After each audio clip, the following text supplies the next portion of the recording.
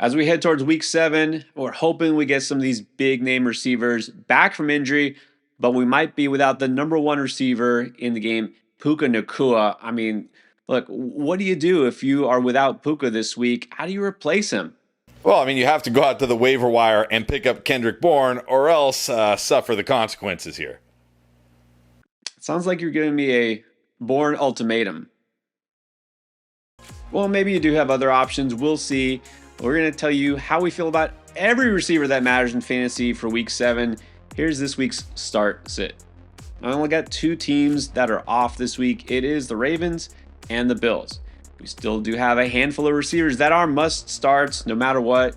Justin Jefferson, Amon-Ra St. Brown, Jackson Smith and Jigba, CeeDee Lamb if he comes back, and Puka Nakua if he plays.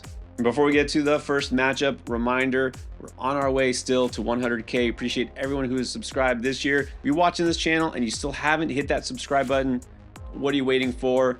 Help us out. We're trying to help you win in fantasy. So the first game of this week is the Steelers at the Bengals on Thursday. Notice there's a certain Bengals receiver who isn't quite back in the must-start territory yet, but first let's talk Pittsburgh. It's basically DK Metcalf. I don't even know if they're throwing to any other receivers these days, well, although I guess Calvin Austin may come back from injury. Yeah, look, I think if Calvin Austin comes back, he's at least got to be worth a flex this week because it's the Bengals. But, I mean, DK Metcalf, look, apologies to DK Metcalf. You proved me wrong last week in a tough matchup against the Browns. Now it's the Bengals. I mean, I think you got to play DK Metcalf if you got him. He's got to be a solid start this week. Well, look, that's the thing. DK Metcalf, the target share was definitely going to be there because he's all they got. But then again, Art Smith can always pull the rug from underneath us. But it's the Bengals. I mean, Metcalf has been good all season. Aaron Rodgers loves to zero in on one guy. He's a solid start, though, this week. Not a massive ceiling, but I think he's at the very high end of solid. And then for the Bengals part, I mean, look, I don't think we're going to say Joe Flacco is like the magic potion here, the solution to all the Bengals' woes. But Jamar Chase now, for 2 straight weeks, I mean, even with Jake Browning the week before, he's looking like Jamar Chase. But is T. Higgins going to start to look actually more like T. Higgins? Yeah, I think both these guys, you got to feel pretty good after what we saw in week 6. I mean, like Joe Flacco, there's still going to be ups and downs here, but at least he primarily just targeted these 2 guys, right? They got the bulk of the targets in the offense. That's what we want to see. When you look at this matchup against the Steelers, they were on the 5th most man, 7th most cover 1, and the 8th most cover 3. Jamar Chase has a 0.32 targets per route run versus those shells. Chase has to be a strong start this week. You got to keep him in your lineup. And look, I'll even say T. Higgins, I'll say risky this week, but solid, because if he's going to get, 8 targets, he's going to have potential. So risky, solid for T. Higgins. Yeah, well, as far as T. Higgins, you definitely feel better. I mean, just kind of a sense of relief is like maybe I don't just have to automatically bench him. 8 targets is good. 5 for 62 this is decent. I'd like to see maybe a touchdown here and there, some more upside, but he is still flex worthy in my opinion. And then, I mean, Jamar Chase is pretty much a must start, for most leagues here. This is far better matchup. I mean, look, props to Flacco. It was a tough matchup last week against that Packers defense on the road, and so should have a much easier time this week. This week's Europe game is going to be the Rams at the Jaguars. Of course, the big question is whether Puka is going to play or not. Of course, if he does, I think you just play him. But then what does this mean for Davante Adams? Didn't exactly go off even without Puka against that Baltimore defense. Now, the Rams offense last week had to be easily the most disappointing offense of week 6, not taking advantage of that Baltimore matchup. But look, this is a good matchup for Davante Adams against this Jaguars defense that does tend to struggle against outside number 1 wide receivers. And if Puka is out, which it sounds like he's going to be out, you got to think he's going to get a massive target share here. I think Adams, once again, has to be a strong start. He does. And I'll just say this about Davante Adams not having a big game. I mean, you saw early in that game, I think it was even before Puka was hurt, Adams is the guy getting the end zone targets, and he was wide open twice. He should have had a touchdown on that first drive because Stafford just missed a wide open Davante Adams back-to-back times. He is still playing like an elite receiver. He has the 2nd highest out of all receivers in this league ASS score, that's average separation score, of course, for those who don't know, 5 fantasy points. He's open all the time. Stafford was the guy who was off last week. I'll just say this. The Jags have been not only beaten by number one receivers this year, they've been eviscerated. I mean, guys like JSN, Jamar Chase, and Nico Collins, you're like, yeah, those are elite receivers. But each of those guys, just like for context, have had their best game of the season against the Jaguars specifically. Now, for the Jaguars side, we saw BTJ starting to click, right? Having his best game. Does it keep getting better from here? It could. I did talk about last week on the wide receiver video and on the 10 stats video how that was a good schematic matchup for BTJ. This one's not bad either. The Rams were on the 8th most single high and 3rd most cover 3. His targets per route run goes up from 0.22 to 0.26 versus those shells. Not a massive increase, but it is an increase. At least we saw signs. I think he's got to be solid. And then Travis Hunter, I'm just going to say a flex. I mean, the targets are there, but what's really the upside? Yeah, so for BTJ, I'll say I wish I was higher than him in the beginning of the week, in terms of our start sit. But as I said on each live stream, kind of had a feeling maybe this was the game. Everything was falling into place. He had a nice game. I think he's at least a high-end solid. I don't think he's going to smash this week per se, but he's a good start. Travis Hunter, again, I need a reason to want to start him because there's no upside. So even though last week his 7 targets was the second highest of his season since week 1, where he actually got targeted a lot. Yeah, the targets are there and maybe the routes are there. He totaled 15 yards, lowest of the season. There's nothing here. There's no touchdowns. There's no big plays. There's no upside. Now, before we move on, got to remind you that this is a time to try Underdog if you haven't yet. Talked about that Thursday matchup, Jaylen Warren at running back. Look, all he needs is to get you a yard, and you win that pick. That's right. They give you a free pick here if you sign up for the first time on Underdog. Use code ENDGAME because when you check out there, you get the gimme pick. You also get a deposit match, and you get $100 in bonus funds added to your account as soon as you play $5 towards any picks. And don't forget, it is boost over, so there's profit boost every day this month. Eagles taking on the Vikings. Justin Jefferson, doesn't matter who the quarterback is, you start him. Can't say that with either of the Eagles receivers anymore. A.J. Brown, Devontae Smith. So, okay, AJB was better. It wasn't quite a smash game for him. Any reason to expect different here? Not really. I mean, this is a tough matchup against this Vikings secondary that's, been great against the pass. And I mean, is A.J. Brown even like fully invested and interested right now? I seriously have my doubts. But at the same time, I'm not going to outright bench A.J. Brown. I'm going to say he's solid, but risky solid. And then Devonta Smith just kind of lives in that flex zone for me. I mean, look, he should have hit on a big play last week, but he didn't. He could hit on a big play this week, but if he doesn't, you're going to probably wish you didn't start him again. This receiver room, which used to be like, you feel really good about both of them. Now it's like, you don't know what to expect from week to week. And I will say this, it's not the target share. A.J. Brown has gotten 8 targets at least in every game since week 1. He's getting targeted, just not having those big games. Devontae Smith, it's like sometimes he does, sometimes he doesn't. So it's like, I think they're more than flexes because they're better than that. And the Eagles are better than they've been showing, but there's no guarantee here. And then what about Jordan Addison? He's only played a couple of games, but he's been pretty good in both. Yeah, he should be good here. I mean, the Eagles secondary, we don't know about Quinyon Mitchell at the time we're recording this, but you got to think, he missed almost an entire game with a hamstring injury. He's probably going to miss. Reed Blankenship got banged up in that game. I feel like Jordan Addison is going to be pretty good. He's got a strong 2.04 yards per route run since returning. I think he's solid this week. Yeah, Addison's one of those players, always has touchdown upside, big play upside. He's one of those guys who gets fantasy points in chunks. It's never guaranteed either, but man, the way the Eagles defense is playing, I'm not as scared.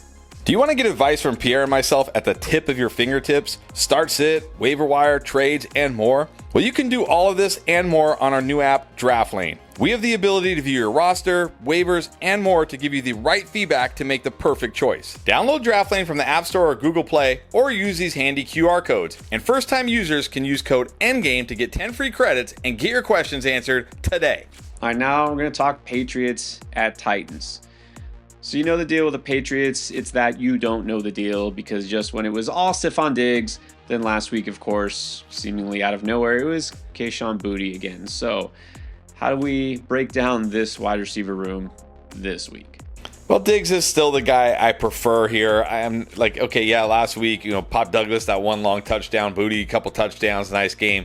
but I still think Diggs is the guy I want here. This is not a tough matchup against the Titans. I think he's solid this week. And then I'll say, if you want to take a chance on Booty, you can flex him, but don't forget, we did this in week 1, and it was a trap. This could be a trap again.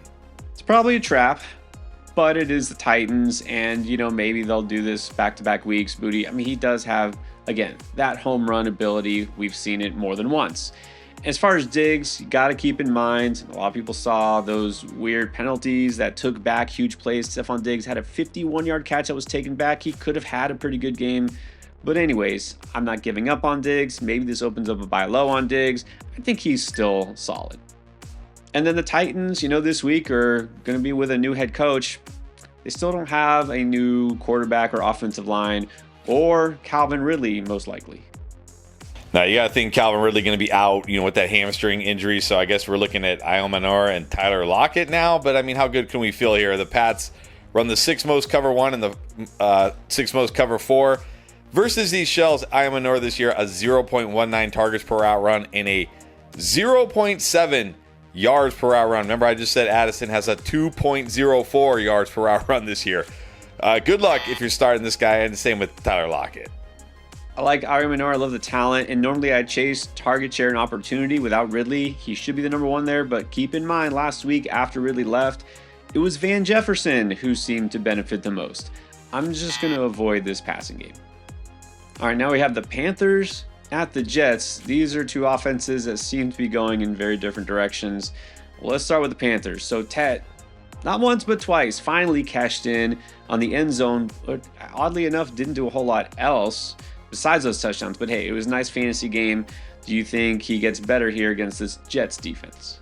No, I don't. I'm not feeling very good about Tet this week. Like you said, he had those 2 touchdowns, which is great, but didn't do a whole lot outside that. And Sauce Gardner has looked much better the last couple of weeks. Remember 2 weeks ago, Pickens did almost nothing outside of that one long touchdown that was a little bit fluky there. And last week, Cortland Sutton did absolutely nothing.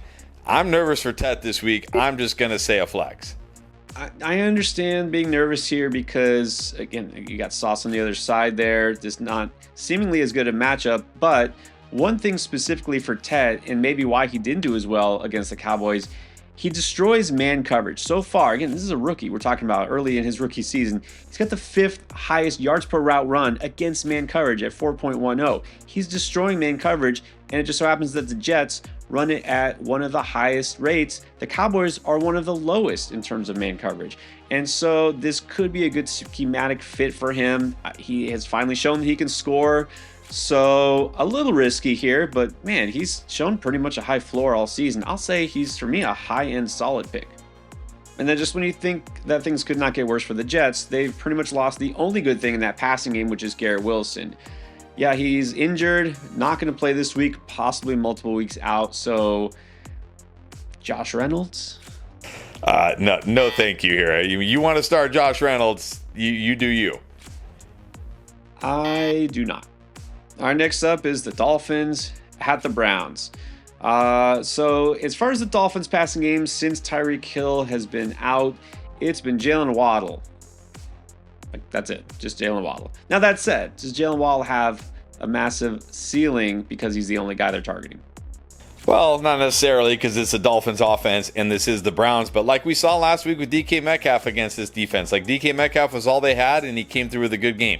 Jalen Waddle's all they have, so he's got to be pretty good. I think he's got to be solid even in a tough matchup. He's got to be at least solid. He's a great receiver and he's in a perfect opportunity, except for the fact that Tua is 3rd in the NFL in interceptions. If you turn the ball over and you can't really run the ball, it's hard to get a lot going. And this is a good Browns defense, but because of the target share, solid.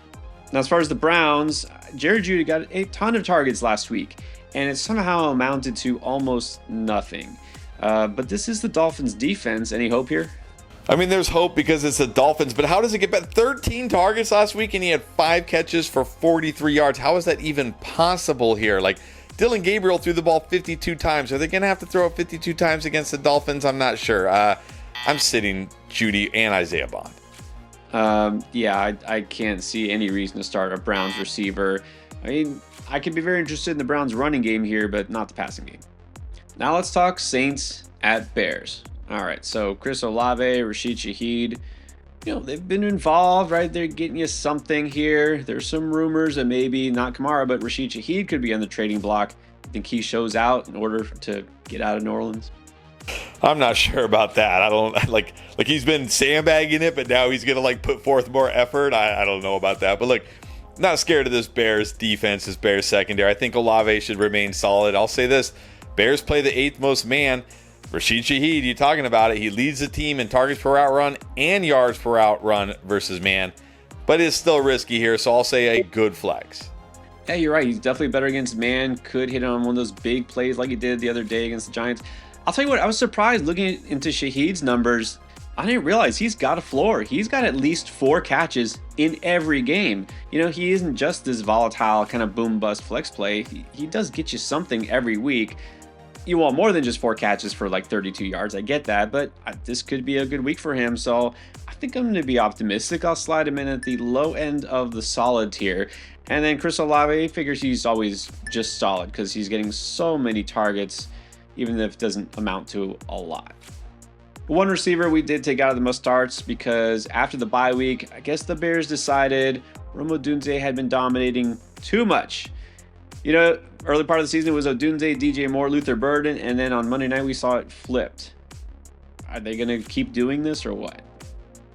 I don't know. Let's hope not. Let's hope it was just one of those games. But I mean, it's not even just those 3 guys. Okay, Odunze, DJ Moore, but Olamide Zaccheaus, had similar amount of targets. Luther Burden right there with them. This was a more spread out target tree, and we don't want that in fantasy. We want to know the guys that are getting the targets. So not ready to fully give up on Odunze or anything. Of course, that's crazy, and it is the Saints. It's a good matchup. So I'm going to say solid here, high-end solid.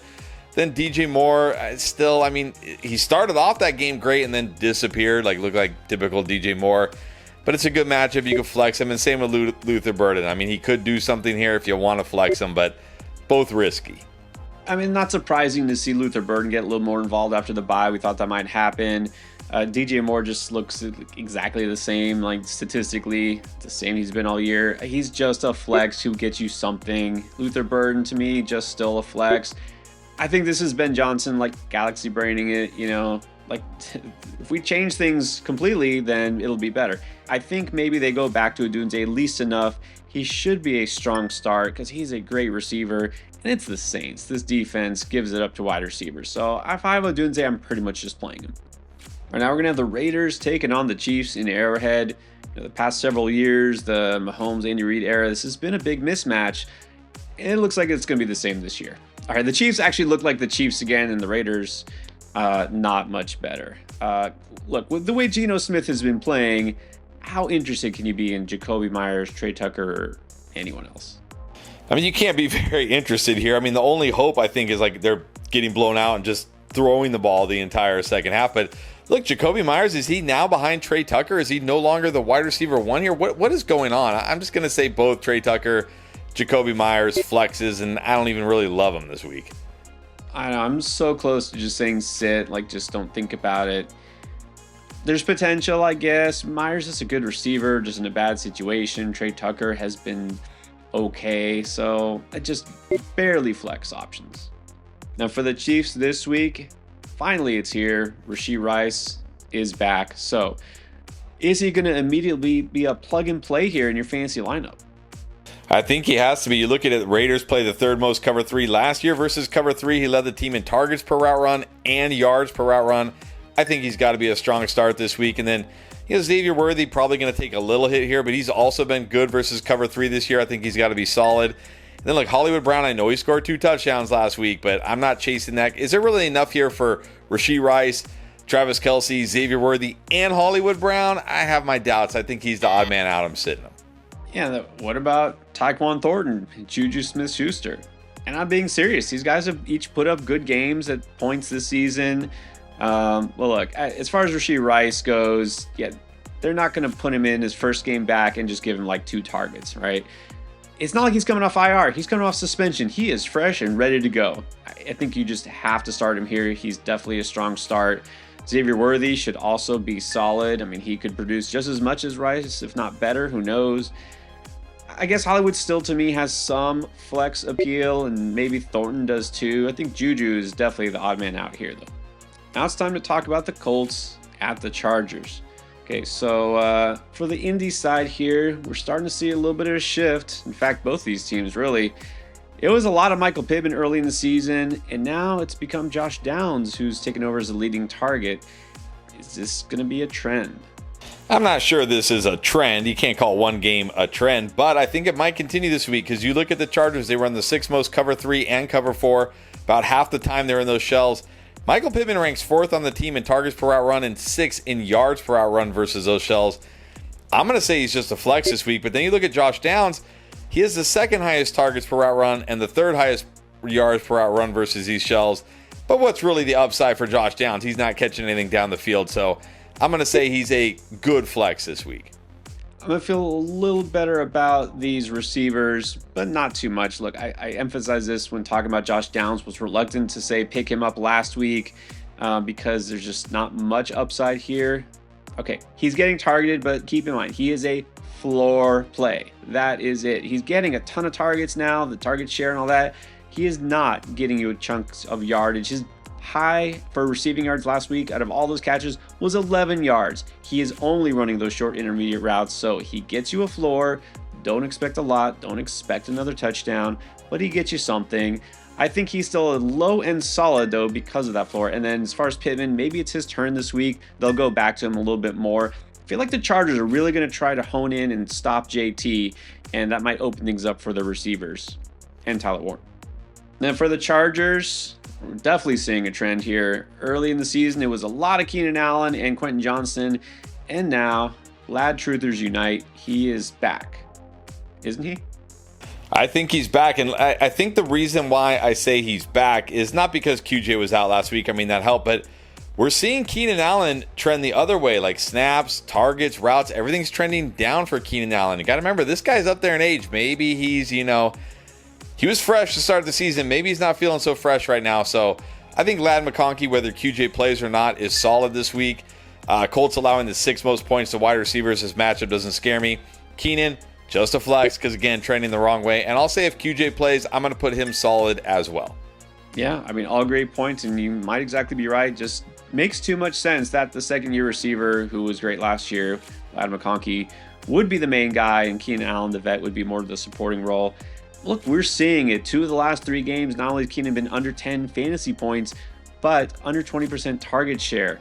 So we'll see about QJ. I mean, who knows? I think he goes back to being kind of that volatile, high upside flex. I think Keenan Allen now is just down to a flex, and you've got to feel good about Ladd. This week, the Giants are going to take on the Broncos. And so as far as that Giants passing game goes, we saw a lot of Wan'Dale Robinson last week. And we saw some other guys too. I don't think you need to really think about little Jordan Humphrey and crew. You got to think about Wan'Dale again now, don't you?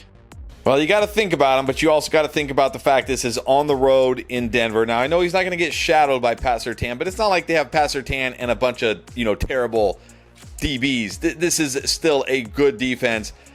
Jackson Dart on the road in Denver, not feeling good here, but he is like all they've got. He'll get targets, so I'm going to say solid, but risky solid. Yeah, so Wan'Dale is a guy who actually does a lot better as far as going against man coverage, and the Broncos, as it turns out, play the most man coverage in the league. And the good thing is he's not going to get, I don't think, a whole lot of Pat Surtain. Like you said, not only is he not going to shadow him, he's just probably not going to be matched up against him specifically a whole lot. But then again, this is not a great matchup.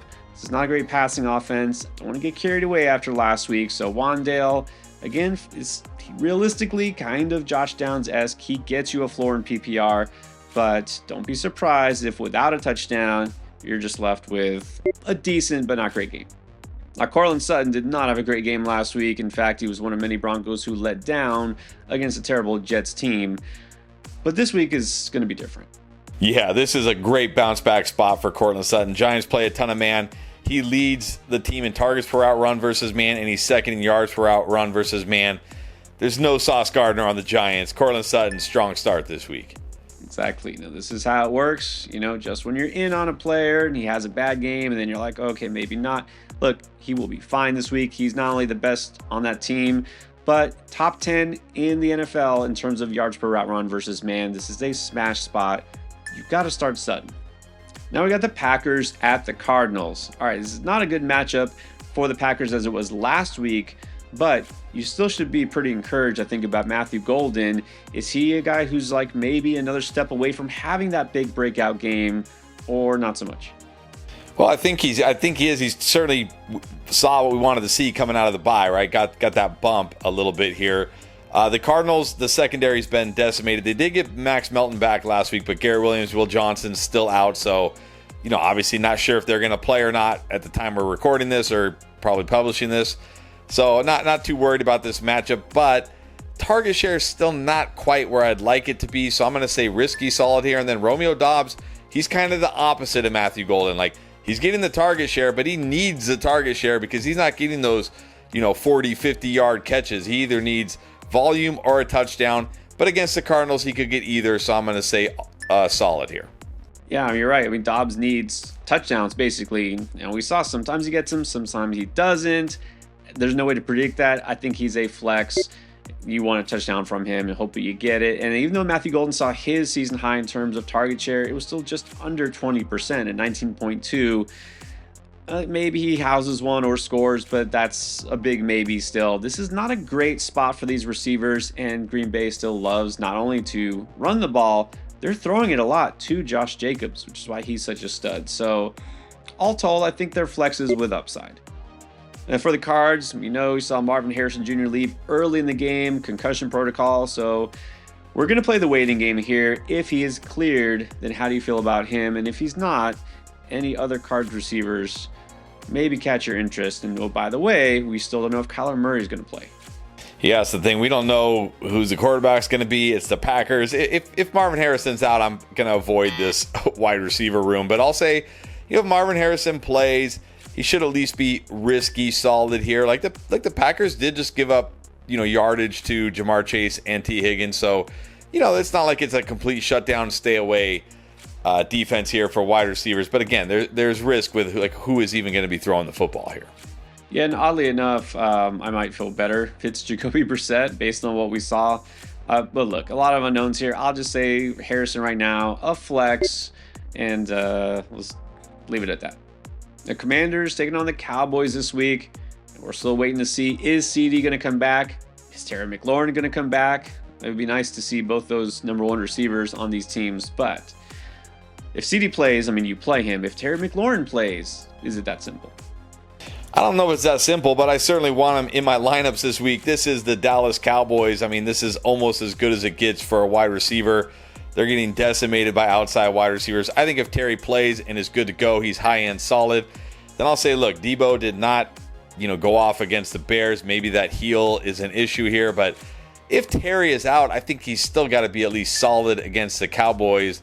If Terry plays, maybe more like risky solid. And then Luke McCaffrey, maybe he can have a busted coverage touchdown like he had last week, but maybe not. Risky flex here.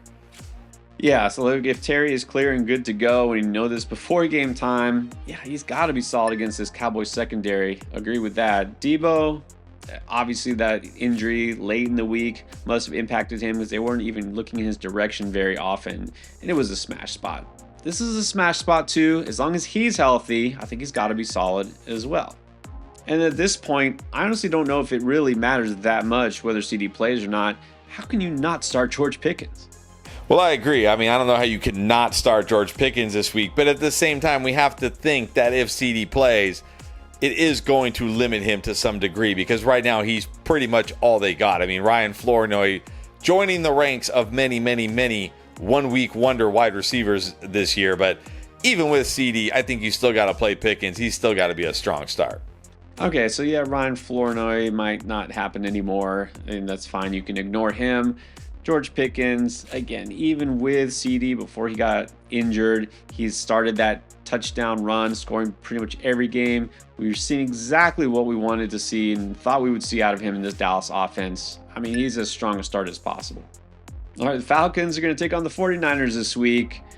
These passing games are going to be as totally different as possible. We got exactly one guy that you need to think about in Atlanta. This is the only wide receiver that did anything in week 6 was Drake London. rightfully so. Again, I can't imagine a scenario where I'm sitting Drake London, and I can't believe people were actually panicked about Drake London after like week 4. Yeah, that's what fantasy football is all about, right? Panicking on guys every single week here. But I will say, I mean, yeah, you can't sit Drake London coming off a monster game. He's got to be a strong start. Not only that, 49ers, they run the 7th most cover 3, 5th most cover 4. They're in those shells almost 60% of the time. He has a 0.38 targets per route run and a 3.02 yards per route run versus those shells. And at this point, is Mooney ever even going to play again? I mean, coming out of the bye, couldn't even get healthy. Yeah, Drake London, strong start. Yeah, I don't need to roster Mooney or worry about it. Drake London is all you need to know.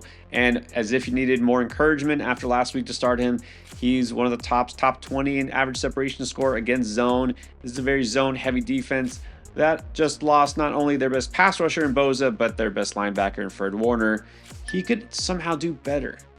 And then the 49ers, I mean, we could just run down the laundry list of receivers who may play, may not play, who knows. You did mention Kendrick Bourne back at the beginning here.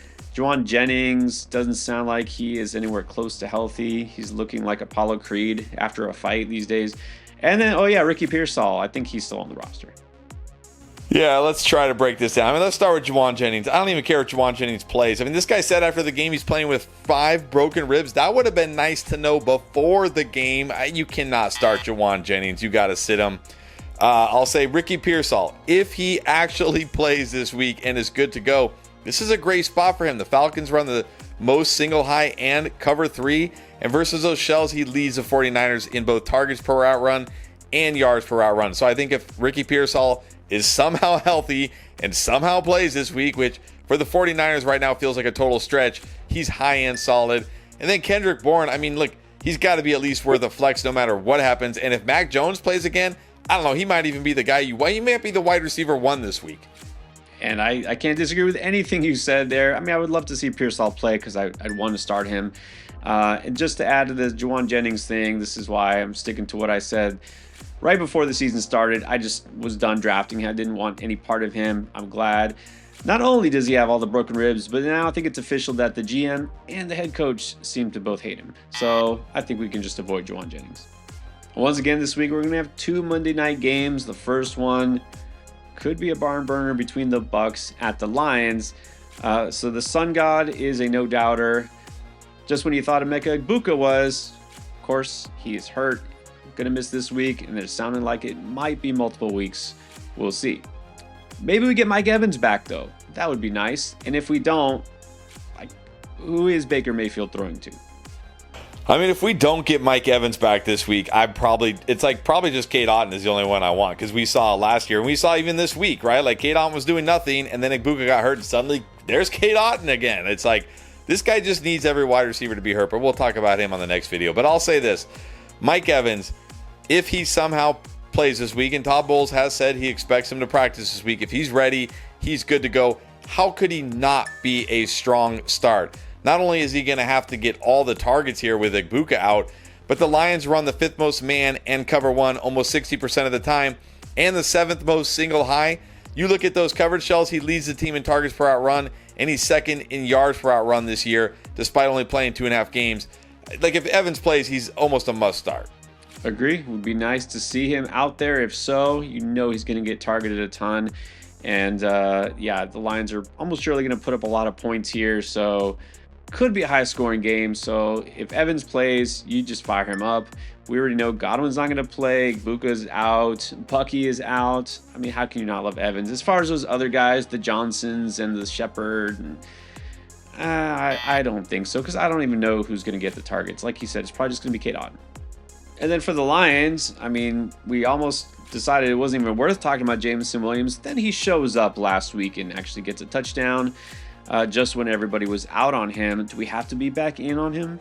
I mean, you know how this goes, right? You know how this goes. You look at it. 4 games this year, he's had 13 total targets. In the other 2 games, 15 targets. Which one is this one going to be this week? Who knows? You can flex him. He's got upside, but he could also absolutely kill you. You know, I'd like to say on paper, this is one of those matchups that should favor JMO, but we've said that before this season, and he did absolutely nothing. So, as usual, he is a very risky flex with upside. And the final game will be the Texans at the Seahawks. Of course, JSN, no doubt there. Nico Collins, look, he's not been dominating exactly, but I feel like he's pretty much still on the verge of a must start. Yeah, I don't quite feel that way. I mean, he's just been good this year, not great. We need great, but I will say the Seahawks, the secondary is banged up right now. But the one issue I have with the Seahawks, when you look at it this year, they're allowing the 6th most points to slot wide receivers, only 14th to outside wide receivers. They kind of funnel everything short into the middle here. So this might not be Nico's best game, but at the same time, I can't bench him. I'll say he's solid. And then for that reason, I actually think Christian Kirk is a good play this week, only as a flex though. Yeah, you're right. That's exactly what Seattle likes to do, try to keep everything in front of them and contained. But, you've got a receiver like Nico Collins, and he gets so many targets there in that offense. He does feast on zone, and Seattle's a very zone-heavy defense. I think he's still a strong start here, but also I feel like you're right. Kirk is a flex because, we'd start to see him do something before the bye, and maybe he can give us a floor here. And as far as the other Seattle receivers, all right, Cooper Kupp, another score. Maybe he can do something here. Torrey Horton, any interest? Maybe, but this is the Texans. This is a tough defense. I'm not risking it with these guys. Too tough a spot here, right? Too tough. Texans are actually an elite defense, so I'm not going to risk it. All right, that's everything you need to know about the receiver position for Week 7. You want to know about running backs, quarterbacks, and tight ends? Well, it's all here on this week's playlist.